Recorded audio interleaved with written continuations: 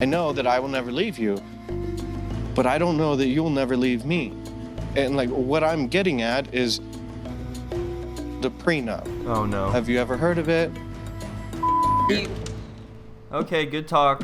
I guess is that a no on the prenup, or where are you going? It seems as though Luke may be finally coming to terms with the fact that he is dating an actual teenager who's probably not going to be with him forever. In fact, I wouldn't count on her being with him for the next 20 minutes at any given moment. Their relationship is completely built around materialism and has nothing to do with love, so of course she's going to be offended when you try to bring up a prenup. From her perspective, that's probably the worst thing he could have said to her. I bet even if he said, "I don't love you anymore," she would just ask, "But you're still going to pay me, right? I don't really need you for love. I got my boyfriend for that, man. Plus, I'm too busy anyway using your money to pretend to run this sick-ass beauty salon. So yeah, my life is pretty awesome. I don't really need you anymore. I finally got my shit together and I did it all on my own."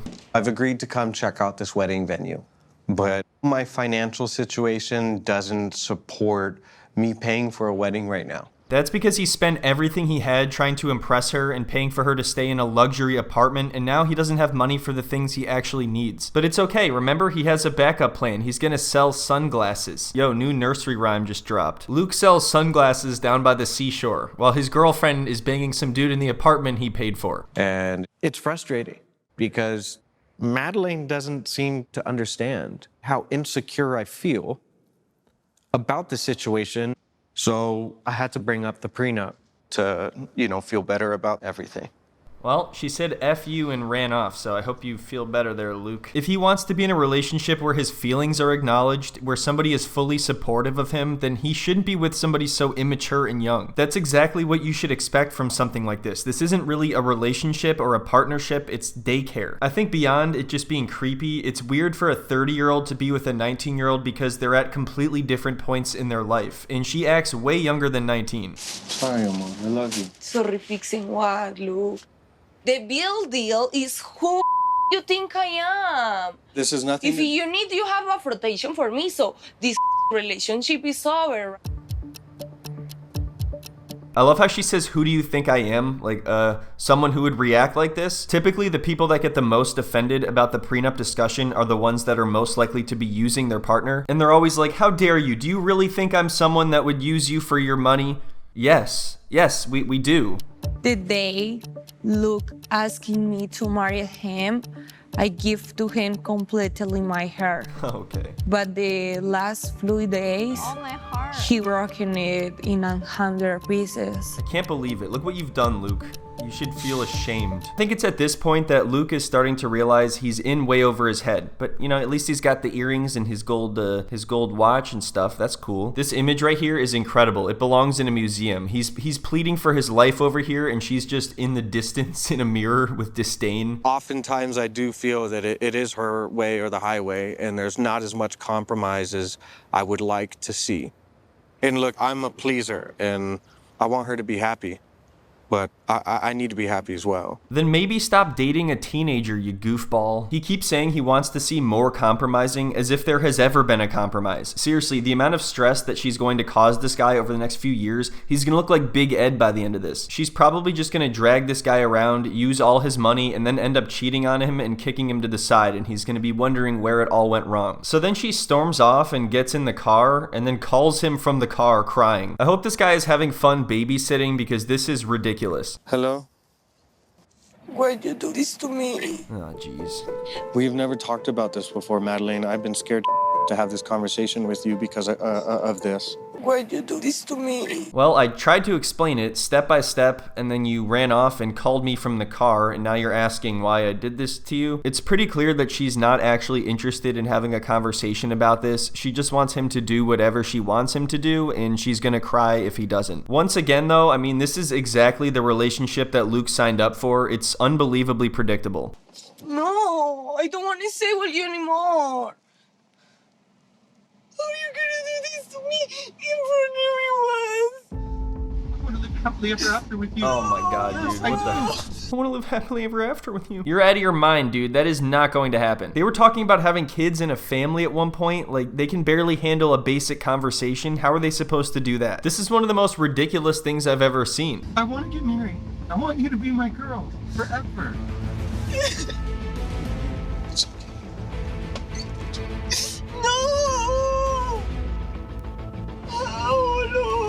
What? What did she say? This guy's like, geez, I better start selling these sunglasses fast.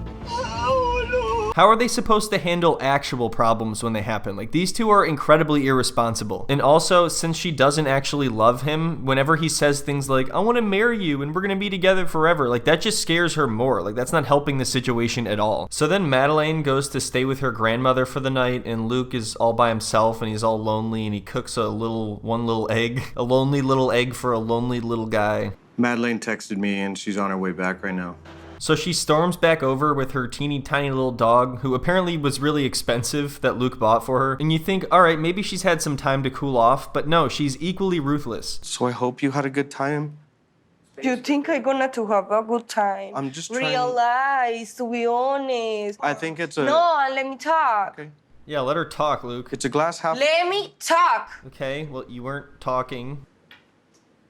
I feel like she doesn't really have anything to say, she just wants him to stop talking. There is really no winning with someone like this, but I feel like since he's put so much money into the relationship, he doesn't want to leave. So far, this is shaping up to be an even worse version of Gino and Jasmine. They're like a weird blend between them and George and Anfisa. I'm so hurt that Luke is questions my intention. I have proven my loyalty to him over and over and over again. It's crazy to hear her say this now because we find out something later that contradicts this a lot, and I kind of had a feeling this was going to happen. I honestly would have been shocked if there was never any allegations of cheating on either end. That just kind of seems like it was part of the deal from the beginning. I know this is a really difficult conversation, so let's put a pin in it. We'll talk about it when you're ready to talk about it. I don't want to fight too. I love you. So happy to see your pretty face. I'm so happy to see my princess. There's a very strong hint of desperation in his voice. This isn't someone just expressing their love to their fiancé, like he's straight up pleading with her. And the way he says my princess is just really weird. The whole thing rubs me the wrong way. So anyway, they agree to take a break from that conversation, which for her just means never talk about it again, and then they go dancing. How's this look? I'm ready for salsa. You don't like it? Amor, it's horrible. Probably the worst thing I've ever seen. Okay, I'll try another one. It seems like these two are never on the same page about anything. I feel like at best, she tolerates him. It would have been really interesting to see how these two met and how their conversation started, because like, what could that possibly look like? So they go dancing and Luke isn't very good. Like, what is that? And then some random guy walks over and he just takes over the whole thing and steals the show. I got you now. Sorry. I told you every day be careful with my nails. Be careful with my nails. When you want to change? I know very little about salsa dancing, but why would you go salsa dancing with those nails? It seems like they're kind of guaranteed to come off if you're dancing around holding people's hands. But either way, it sounds like this is a recurring problem in their relationship. He's just never careful with her nails or nannies, or what did she say? Be careful with my nails. I don't think I did anything wrong other than dance maybe incorrectly. Anything wrong? What the Whoa, is hey, that? hey, Aside from that, jeez. but yeah. I'll try better next time. I feel like they've created this kind of relationship where she jokingly picks on him or makes fun of him, and that always ends up turning into something more. It doesn't really look like some lighthearted back and forth. I think she's just unhappy with him and she's being mean to him on purpose and pretending that it's a joke. Meanwhile, he seems incredibly desperate and is probably worried that he will never get another 19-year-old, so he's going to stick through it.